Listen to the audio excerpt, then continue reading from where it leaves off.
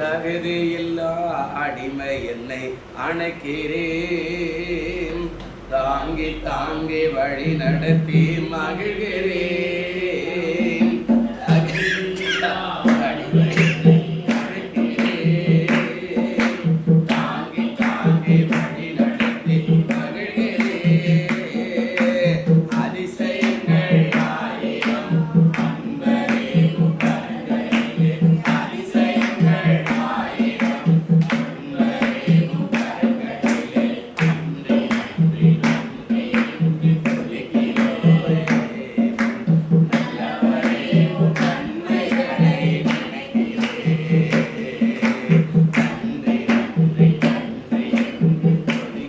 என்று சொல்லுகிறேன். நல்லவரே உம் நன்மைகளை நினைக்கிறேன். நன்றி ஐயா, நன்றி ஐயா, ஏசையா, நன்றி ஐயா, நன்றி ஐயா, ஏசையா. நாம் செபிக்கலாம். செபிக்கும்படியாய் கேட்டுக்கொள்கிறேன். ஆண்டவரே, அப்பா, இந்த நாளை காணும்படியான ஸ்லாகியத்தை தந்திரே ஆமென். நடைகள் எல்லாம் மாற்றி ஆசீர்வதித்து நடத்துங்க ஆண்டவரே. இந்த நாள் பாடல்களுக்காய் துதிக்கிறேன், வாக்குத்த வார்த்தைகளுக்காய் சோதரிக்கிறேன். கர்த்தருடைய கிருபையினாலே ஆண்டவரே எல்லாவற்றையும் இந்த மாதத்தில் நடத்துவீராக. தேவனுடைய ஊழியங்கள் எல்லாவற்றையும் உடைய கரத்தில் ஒப்பு கொடுக்கிறோம். தேவ பிரசன்னம், தேவ மகிமை, தேவ வல்லமை எங்களை ஆண்டு கொள்ளும்படியாய் ஜெபிக்கிறோம். ஆவியானவர் ஆளுகை செய்யுங்க. இந்த நாளிலே தேவனுடைய நாமத்தை மகிமைப்படுத்த ஆண்டவர் வாக்குத்த வார்த்தைகளினாலே பேசி ஆளுகை செய்து பலப்படுத்தி கிருபை தந்து வழிநடத்தும்படியாய் ஜெபிக்கிறேன். பரிசுத்த ஆவியானவர் ஆண்டு கொண்டு ஆளுகை செய்யுங்க. இயேசுவின் நாமத்தில் ஜெபிக்கிறோம் எங்கள் ஜீவனுள்ள பிதாவே, ஆமென். ஒரு மாதமும் ஏசையாவில் தான் வாசித்தோம். இந்த மாதமும் ஏசையா தீர்க்கதரிசன புத்தகம் 49ஆம் அதிகாரம். ஏசையா 49ஆம் அதிகாரம் 15வது வசனத்தை நாம் வாசிக்கலாமே.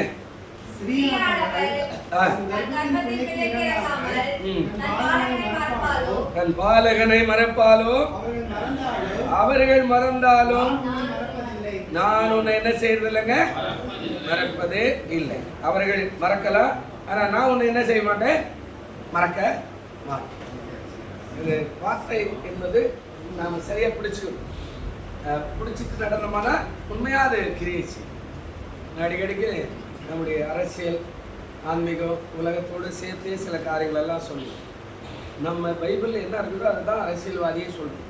நம்ம பைபிளில் என்ன இருக்குதோ அதுதான் வெளியே, அதாவது ஆன்மீகத்தை பேசுகிற இந்துக்களும் பேசுகிறாங்க. பைபிளில் இருக்கிறது தான் அவங்க கோட்பாடை மாற்றி பேசுவாங்க.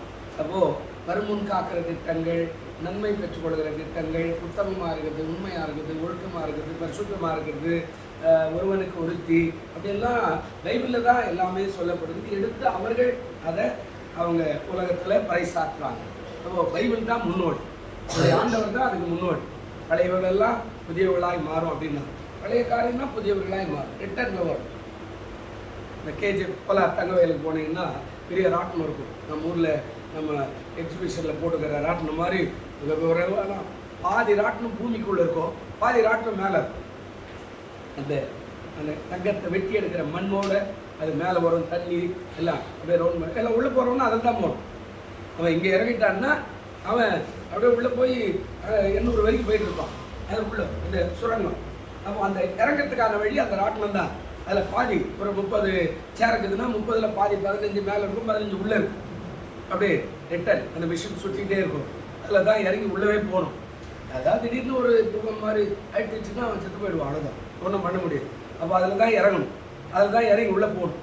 அந்த மண் மேலே வரும், மண்மேடாக எங்கே பார்த்தாலும் எலி வேலை மாதிரி. அந்த கேஜிஎஃப் கோலார் கூட பரவாயில்ல, கோலாருக்கு அடுத்தபடியாக கேஜிஎஃப்னு அந்த தங்க சுரங்கத்தை உருவாக்கின இடத்துக்கு போய் பார்த்தீங்கன்னா மொத்தமே மண்மேடாக தான், எலி வேலை மாதிரி அங்கங்கே மேடு மேடாக.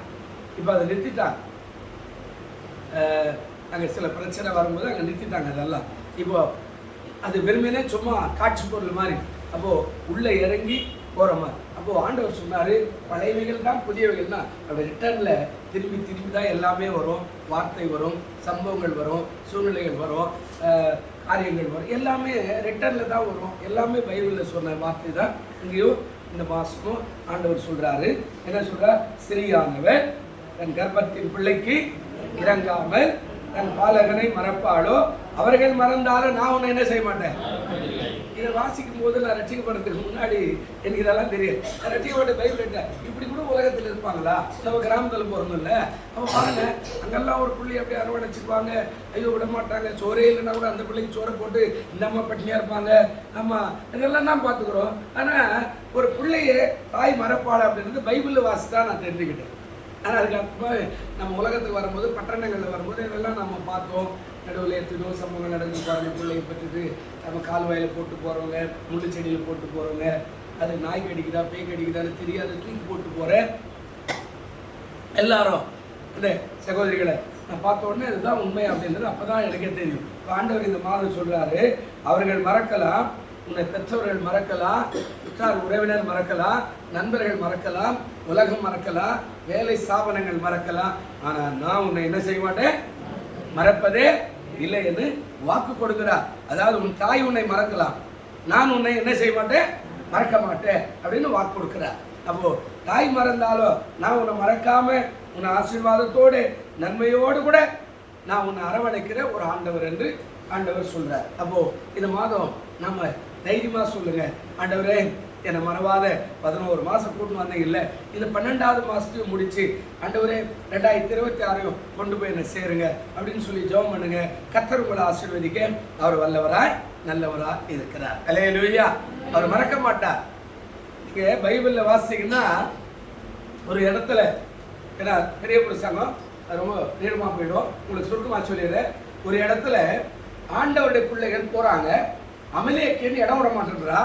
அவங்க சொல்கிறாங்க, எஸ்பி கோயில் தெருவில் போகிறோம், இந்த பக்கம் அந்த பக்கம் திரும்ப மாட்டோம், இந்த வயலில் அந்த வயலில் நாங்கள் திரும்ப மாட்டோம், தண்ணி குடிக்க மாட்டோம், எங்கள் ஆடு மாடுங்க பக்கமே திரும்பாத மாதிரி நாங்கள் அப்படியே அரவணைச்சிட்டு நாங்கள் அக்கறைக்கு போயிடுறோம், நாங்கள் ஏதாவது ஒரு ஓரமாக போயிடுறோம், எங்களுக்கு இடம் மட்டும் விடு, வழி போதும், வேற எதுவும் உன்னுடைய உச்சிதம் வேண்டாம். ஆனால் அவன் விடமாட்டேன்னு சொல்லிட்டான். அவன் இருக்கிற ராஜாலாம் கூட இருக்கிறவங்களாம் சேர்த்து வந்து அவங்களுக்கு விரோதமாக போராடினான். அவங்க அதனால இப்போ இந்த கோயில் வழியாக போக வேண்டிய ஆளு அப்படி போய் அஜாசிக்கு அப்படி சுற்றி அந்த பக்கம் வர வேண்டிய ஒரு நிர்பந்தம் வந்துடுச்சு. இப்போ ஆண்டவர் அதை மனசில் வச்சுக்கிறார். 2 நாளாக நீங்கள் வாசிக்கணும். ஒரு இடத்துல சொல்கிறார், நான் அமலேக்கனை மறவாமல் இருக்கிறேன், என் பிள்ளைகளுக்கு அவன் செய்த துரோகத்தை நான் மறவாமல் இருக்கிறேன். அந்த ராஜாவை சொல்லுவா, நான் அவனை மறக்க மாட்டேன், நீ அவனுக்கு விரோதமாக யுத்தம் பண்ணி அவனை முறியடித்து நம்முடைய பிள்ளைகளுக்கு செய்த துரோகத்துக்கு ஏற்ற நீதியை நீ செய்ய வேண்டும் என்று ராஜாக்கு சொல்லுவார். தேவன் நம்மை மறக்க மாட்டார். அல்லேலூயா. அது நடந்து மோசேயின் காலத்தில் நடந்த காரியம். என்னாகும் புஸ்தகத்தில் நடக்குது அந்த கதை. என்னாகும் புஸ்தகம் போய் அதுக்கப்புறம் நியாயாதிபதிகள் யோசுவாவின் புஸ்தகம் காலம் வந்து அதுக்கப்புறம் 1 சாமுவேல் 2 சாமுவேல் போய் 1 ராஜாக்கள் 2 நாளாக வந்து அந்த நாளில் அந்த காரியத்தை சொல்றார், நான் என் ஜனங்களுக்கு அவன் செய்த தீங்கை அமலேக்கனை மறப்பதில்லை, அவனுக்கு நான் வைராகியத்தை வச்சுக்கிறேன் அப்படின்னு சொன்னவர். நீங்க செய்த நன்மைகளை ஒரு நாள் உங்களுக்கு ஆண்டவர் என்ன பண்ண மாட்டாருங்க, மறக்க மாட்டார். அல்லேலூயா. நீங்க நினைச்சிருங்க ஆண்டவர் என்ன கைவிட்டார், இல்லைங்க, அவர் மறவாதவர், நன்றியோடு வச்சிருப்பார்.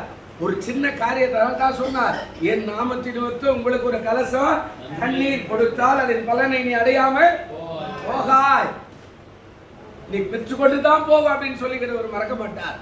நீ காணிக்கை போட்டாலும் தசம்பாகம் போட்டாலும் ஊழியக்காரன் கொடுத்தாலும் சபைக்கு கொடுத்தாலும் அல்லது நீ பிரயாசப்பட்டு ஒரு கைப்பிரதை கொடுத்தாலும் ட்ராக்ஸ் கொடுத்தாலும் இந்த சபையில் வந்து இந்த பேனை துடைச்சாலும் இந்த டாய்லெட் கழுவினாலும் இந்த பாயை போட்டாலும் அதற்கான பலனை ஒரு நாள் கொடுக்காமல் உங்களை ஏமாற்றவே மாட்டார். அல்லேலூயா. அந்த அமலேக்கின் கதையை நான் வாசிக்கும் போதெல்லாம் பயப்படுவேன். ஐயோ, நம்ம தேவன் இவ்வளோ ஞாபக சக்தி வச்சுக்கிறாரு, அவன் நம்முடைய ஜனங்களுக்கு வழி விட மாட்டேன்னு சுத்த வச்சானே, அதனால தானே 11 ஆண்டுகள் அவன் சுத்தனா, 11 அதாவது நாள் பிரயாணத்தை 40 வருஷம் சுத்த வச்சானே. அப்போ அந்த அமலேக்கனை முறியடிக்கணும்னு அந்த ராஜாவுக்கு சொல்லுவார். அப்போ மறவாமல் இருக்கிற ஒரு தேவன், நமக்கு விரோதமாய் செய்தவனையும் நினைத்து பழி வாங்குற தேவன். அல்லேலூயா. அப்போ நம்ம நினைச்சுக்கிறோம் நம்மளை விட்டுட்டார், இல்லைங்க, நாம சரியா போனா நம்மோடு கூட ஆண்டவர் வர வல்லவர். 4 காரியம் 5 காரியம் வசனம் மட்டும் சொல்றேன். கர்த்தரை சித்தமான ஞாயிற்றுக்கிழமை பேசிக்கிற எல்லாத்தையும். முதல் காரியம் 1 ராஜாக்கள் 3ஆம் அதிகாரம் 26வது வசனத்துல ஒரு வார்த்தை சொல்றாரு, தாயின் குடல் துடித்தது. ஏன்? 2 சகோதரி இருந்தாங்க. நீங்க வாசித்துங்க, அப்பா எழுதிங்க. அதான் 1 ராஜாக்கள் 3ஆம் அதிகாரம் 26 சொல்லுவாரு. சாலமோன் அரசாங்கத்தில் உட்காந்துக்கிறான். ஒரு 2 சகோதரிக்கு வராங்க. பஞ்சத்தினால 2 பேருக்கும் ஆண் பிள்ளைகள் பிறகுது. 2 பேரும் ஒரே வீட்டில் இருக்கிறாங்க, 2 சகோதரிகள். அப்போ பஞ்சத்தினால இவங்க 2 பேரும் பேசுறாங்க, பஞ்சத்துல ஒண்ணுமே இல்லை, ஏதாவது ஒண்ணு செய்வோமே. அப்போ என்ன பண்ணலாம்னா, இன்னைக்கு உன் பிள்ளைய கூட நாம அடிச்சு ஆக்கி சாப்பிடலாம், நாளைக்கு நான் என் பிள்ளை கொடுக்குறேன் அப்படின்னு சொல்லி 2 பேரும் பேசிக்கிட்டாங்க. யோசிச்சு பாருங்க. இது ஒரு பக்கம். இன்னொரு பக்கம் 2 பேரும் நல்லா இருக்கும்போது ஒரு பிள்ளை செத்து போகுது. 2 பேரும் கூடி இருக்கிறாங்க. ஒரு பிள்ளை செத்து போகுது. அந்த ஒரு பிள்ளைய தூங்கி பார்த்தா என் பிள்ளை செத்து போய்க்குன்னு இவன் தூக்கி பக்கத்தில் படுக்க வச்சுட்டு அந்த பிள்ளை தூக்கி தலைக்கு முன்னாடி வச்சுட்டா. பொழுது வண்டி பார்த்து பால் கொடுக்க எழுந்து ஒண்ணு அந்த பிள்ளை செத்து போய்க்குதுன்னு அழறா. கொஞ்ச நேரம் நல்லா வெளிச்சம் அவளுக்கு பேருக்கு அந்த பிள்ளைய பார்த்தா அது என் பிள்ளை இல்லை அவ பிள்ளையாச்சு அப்படின்னு சண்டை போட்டா. ராஜா கிட்ட வருது. ராஜா கிட்ட தீர்ப்பு வரும்போது சொல்றான், யாரு 2 பேரும் என் பிள்ளைன்றாங்க, என்ன நடக்குது அப்படின்னு கேட்டா, ஒரு பிள்ளைக்கு சொல்ற, ஒரு ஆளுக்கு கூட்டு வந்து கத்தி எடுத்து இந்த ஒரு பிள்ளைய 2ஆ வெட்டி ஆளுக்கு ஒரு பகுதி கொடுக்கும்போது அந்த தாயின் குடல் துடிக்கிறது. என்ன துடிக்கிறது? என் பிள்ளை வெட்ட வேண்டாம், அவளே வைத்துக் கொள்ளட்டும். அல்லேலூயா. அப்போ அறவாமல் நினைக்கிற ஒரு தேவன் உன் வாழ்க்கையில் எத்தனை போராட்டம் வந்தாலும் உன் மேல அன்பு வச்ச ஒரு ஆண்டவராக அவர் இருக்கிறார். கவலைப்பட வேண்டாம். அல்லேலூயா. இதுக்கான வசனம் எல்லாம் இருக்குது. கர்த்தருக்கு சொல்ற 2வது காரியம், சங்கீதம் 103 13வது வசனம் இப்படி ஒரு வார்த்தை சொல்லுகிறது. சங்கீதம் 103 13வது வசனம் ஒரு வார்த்தை சொல்லுகிறது. என்ன சொல்றா? அவர் இரக்கம், என்ன சொல்றாருங்க? அவர் இரக்கம் இறங்குறது போல, ஆமா, கர்த்தரும் தமக்கு பயந்தவர்களுக்கு என்ன செய்யறாரா? இறங்குகிறார். தகப்பன் எப்படி தன் பிள்ளைக்கு இறங்குறானோ அது போல கர்த்தர் தமக்கு பயந்தவர்களுக்கு அவர் என்ன பண்றாரா? இரக்கம் பாராட்டுகிற ஒரு தகப்பனாய் அவர் இருக்கிறார். நம்மள ஒன்றும் அவர் கைவிடுற ஒரு ஆண்டவர் இல்லை. தகப்பை எப்படி? அது நான் பெற்ற பிள்ளை தான். ஆமா, ஒருவேளை அந்த பிள்ளை எனக்கு கீழ்ப்படியாம போனா கூட பரவாயில்ல, நான் பெற்ற பிள்ளை இருந்து போட்டோம், சாப்பிட்டானா, தாய் கிட்ட வந்து மனைவி கிட்ட சாப்பிட்டானா, என்ன ஓடுனா ஒரு சுற்றுறாரு, எப்படியோ கொஞ்சம் போட்டீங்க நல்லா இருக்கணும் அப்படின்னு சொல்றோமே. அது போல ஆண்டவர் சொல்றாரு, தகப்பன் தன் பிள்ளைகளுக்கு இறங்குறது போல கர்த்தர் தமக்கு பயந்தவர்களுக்கு என்ன பண்றாரா? அப்போ நீங்க நினைக்கிறீங்க கர்த்தர் நம்மளை விட்டுட்டார். இல்லை, நீ கர்த்தருக்கு பயந்து நடந்தா என்றைக்கு உங்களை கைவிடாத ஒரு தேவன். அல்லேலூயா சொல்லுங்க. அல்லேலூயா. தகப்பன் கூட ஒருவேளை ஏற்காத மறக்கங்கள்லாம், ஆனா அவர் மறக்க மாட்டார். அவர் கரம் பிடிச்சு வச்சுக்கிட்டே இருப்பார். கரம் பிடிச்சு வச்சுக்கிட்டே இருப்பார். மனசுல வச்சுக்கிட்டே இருப்பார். காலம் வரும்போது உன்னை உயர்த்துவதற்கு ஆண்டவர் வல்லவராய் நல்லவராய் இருக்கிறார். அல்லேலூயா. 3வது காரியம் சொல்றாரு. ஏசாயா 66:13. ஏசாயா 66:13வது வசனம் கொஞ்சம் வாசிக்கல. என்ன சொல்றாரு பாருங்க. ஒருவன் தன் தாய் தேற்றுவது போல நான் உங்களை என்ன செய்வேங்க? தேற்றுவேன். நீங்கள் எருசலேமில் என்ன செய்யப்படுவீங்க? அப்போ அடுத்த காரியம் அவர் சொல்றாரு 3வது. அதாவது என்ன சொல்றாரு? ஒருவன் அவன் தாய் எப்படி தேற்றுவது போல நான் உங்களை என்ன செய்வேங்க? எங்க? எருசலேம். உலக பிரகாரமான எருசலேம் உலகத்தில் இருக்குது, ஆவிக்குரிய பிரகாரமான எருசலேம் பரலோகத்தில் இருக்குது. இந்த இடங்கள்ல உங்களை தேற்றுகிற கர்த்தர் நான் தான். அவர் சொல்றாரு, ஒருவனே அவன் தாய் எப்படி தேற்றுவார்களோ அதை விட பன்மடங்காய் உங்களை தேற்றி அரவணைத்து ஆசீர்வதிக்கிற கர்த்தர் நான் தான். இந்த வரியை தான் வச்சு பாடல் பாடினார். ஒரு தாய் தேற்றுவது போல, இந்த பாட்டு தெரியுமா தெரியாதா? ஒரு தாய் தேற்றுவது போல நான் உங்களை என்ன செய்யறேங்க? தேற்றுவேன். ஒரு தாய் எப்படி ஒரு பிள்ளையை அரவணைத்து அன்பு காட்டி தோல் மேல வச்சுக்கிட்டு மடியில வச்சுக்கிட்டு தேற்றி அப்படி ஆராட்டாலோ அதை விட உன்னை அப்படி செய்கிற ஒரு கர்த்தர். அதனால நான் உன்னை மறக்கவே மாட்டேன். அல்லேலூயா. ஆமா, சில நேரத்தில் அது எப்போ தெரியும் அப்படின்னு நினைக்கிறீங்களோ, எப்பெல்லாம் கஷ்டம் வருதோ, எப்பெல்லாம் வேதனை வருதோ, துன்பம் வருதோ, வியாதி வருதோ, அன்றைக்கு நாம் அவருக்குள்ள உட்காரும் போது அவர் நம்மை தேற்றுகிறத நீ அறிந்து கொள்ள முடியும். நல்லா சந்தோஷமா காசு பணம்லாம் வச்சிருக்கும் போதெல்லாம் உங்களை என்ன செய்ய மாட்டாருங்க? அதெல்லாம் ஒன்றும் பெருசாக தெரியாது. துக்கம் வந்து எல்லாரும் கைவிட்ட போது ஆண்டவரை அரவணைச்சிக்கிட்டேன்னா அன்றைக்கு ஆண்டவர் தேற்றுகிற காரியத்தை உங்களால் கண்டுபிடிக்க முடியும். அதுதான் 3வது காரியம். ஒருவனை அவன் தாய் எப்படி தேற்றுவாள் அதை விட அதிகமாக தேற்றுகிற கர்த்தர் நான் என்று சொன்னார். 4வது காரியம் மல்கியாவின் புஸ்தகம். இது எல்லாருக்கும் வசனம் இருக்குது, நேரம் இல்லை, நம்ம கொஞ்சம் ஆராதனையெல்லாம் போயிட்டோம்ல, அதனால மல்கியா 3ஆம் அதிகாரம் 17வது வசனம் பாருங்க என்ன சொல்றாரு. மல்கியா 3:17 என் சம்பத்தை நான் சேர்க்கும் நாளில் அவர்கள் என்னுடையவர்களாய் இருப்பார்கள் என்று சேனைகளின் கர்த்தர் சொல்லுகிறார். ஒரு மனுஷன் எனக்கு ஊழியம் செய்கிற தன்னுடைய குமாரனை கடாட்சிக்கிறது போல நான் அவர்களை கடாட்சிக்கிறேன். அல்லேலூயா. 4வது கடாட்சிக்கிறது யார? ரோட்ல பேர பிள்ளைய போய் யாரும் அடிக்க மாட்டான். ரோட்ல சுத்தி இருக்கிற பிள்ளைய யாரை கண்டித்து வாடா என் வீட்டில் உட்காந்து சாப்பிட்டு போடான்னு சொல்ல மாட்டான். ஆனா நம்ம பிள்ளை தவறு செய்தா கண்டித்து கடாட்சம் பண்றது, திட்டி அறிவுரை சொல்லி அந்த பிள்ளைய மறுபடியும் 3 கட்ட எழுப்புகிறது போல ஆண்டவர் சொல்றாரு, நான் என் சம்பத்தை சேர்க்கும் நாளில. சம்பத்து என்பது கனம், சம்பத்து என்பது உயர்வு, சம்பத்து என்பது மக்கள் இந்த உலகத்தை விட்டு பரலோக ராஜ்யத்துக்கு மேல அங்க எருசலேமுக்கு வருகிற காலம். அந்த சம்பத்தை சேர்க்கும் நாளில அவர்கள் என்னுடையவர்களாய். நீங்கெல்லாம் யாருடையவங்க? நீங்கெல்லாம் யாருடையவங்க? நாங்க விசுவாசமே காணுங்க. நீங்கெல்லாம் யாருடையவங்க? இயேசுடைய பிள்ளைகள். அல்லேலூயா. அதான் சொன்னாரு, நான் உன்னை மறப்பது இல்லை, அப்ப என்னுடையவளாய் இருப்பீர்கள் என்று சேனைகளின் கர்த்தர் சொல்லுகிறார். ஒரு மனுஷன் தனக்கு ஊழியம் செய்கிற தன்னுடைய குமாரனை கடாட்சிக்கிறது, தண்டித்து அறிவுரை சொல்லி புத்திமதி சொல்லி, நீ என்னுடைய குமாரன், நான் உன்னை கைவிட மாட்டேன், நான் மறக்க மாட்டேன் என்று சொல்லி அவனை தேற்றி அவனை நல்வழிப்படுத்துகிற ஒரு தகப்பனாய் நம்முடைய ஆண்டவர் இருக்கிறார். அல்லேலூயா. எந்த பிள்ளையோ செத்து போட்டுன்னு எந்த தாயோ தகப்பனோ என்ன செய்ய மாட்டாங்க, அவன் துன்மார்க்கமாவே இருந்தான். எனக்கு ஞாபகம் பாரதி நேரில் ஒரு அம்மா இருந்தார், வரதம்மா, ஒரே பிள்ளை தான். அவரோ இன்னைக்கு பிள்ளை, அவரோ செத்து போயிட்டார். அவர் ஃபாரினில் தான் சம்பாதிப்பார்.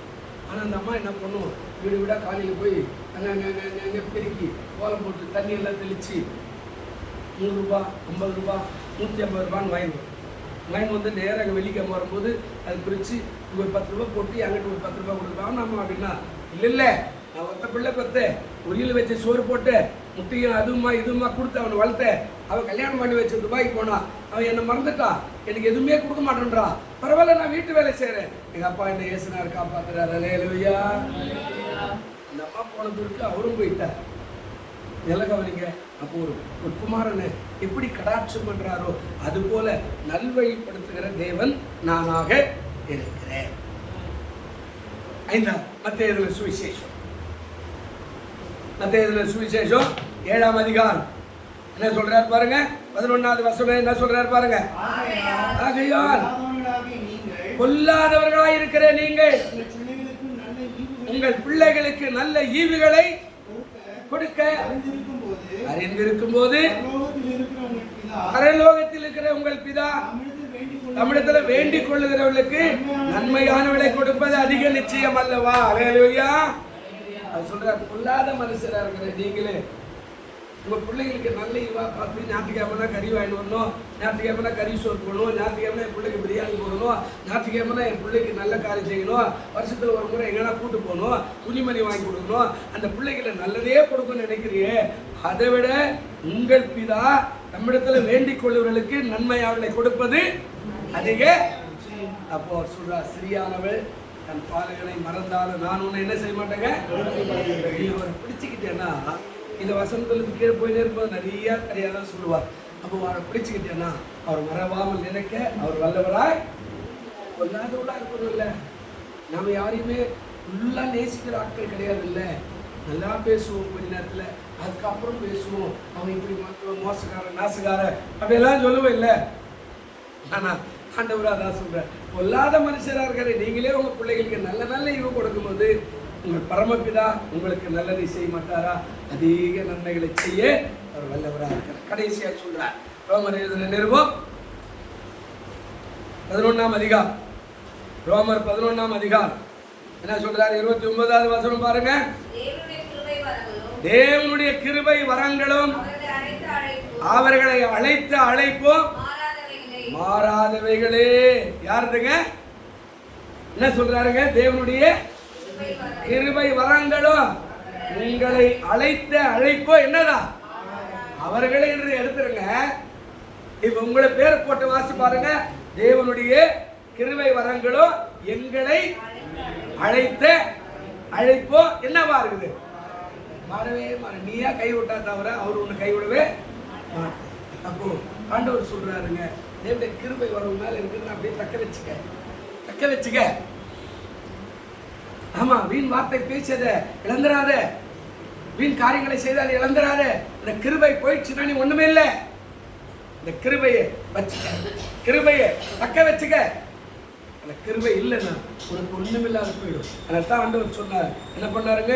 தேவனுடைய கிருபை வரங்களும் என்னை அழைத்த அழைப்போ என்னவா இருக்குதா? மாறாது. அதான் ஆண்டவர் சொன்னார், வானமும் பூமியும் ஒளிந்து போனாலும் என் வார்த்தைகள் ஒருபோது என்ன செய்வதில்லை. இன்னொரு மார்க்கில் சொல்லுவார், வானமும் பூமியும் ஒளிந்து போனாலும் என் வார்த்தையின் ஒரு எழுத்தாகிலும் அந்த எழுத்தின் ஒரு உறுப்பாகிலும் அப்படி போடுறோம் இல்ல, இந்த காவல் அந்த வளைக்கிற அந்த உறுப்பு கூட என்னுடைய பிதாவுடைய சித்தம் இல்லாமல் அழிவதே இல்லை.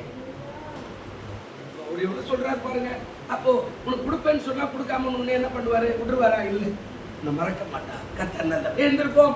நல்ல பிதாவே, இந்த செய்தியை கேட்டுக்கொண்டிருக்கிற பார்த்து கொண்டிருக்கிற எல்லாருக்காய் செபிக்கிறோம்.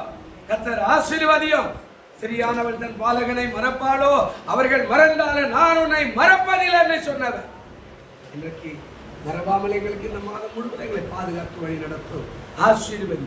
இயேசுவின் நாமத்தில் வேண்டிக் கொள்கிறோம் நல்ல பிதாவே.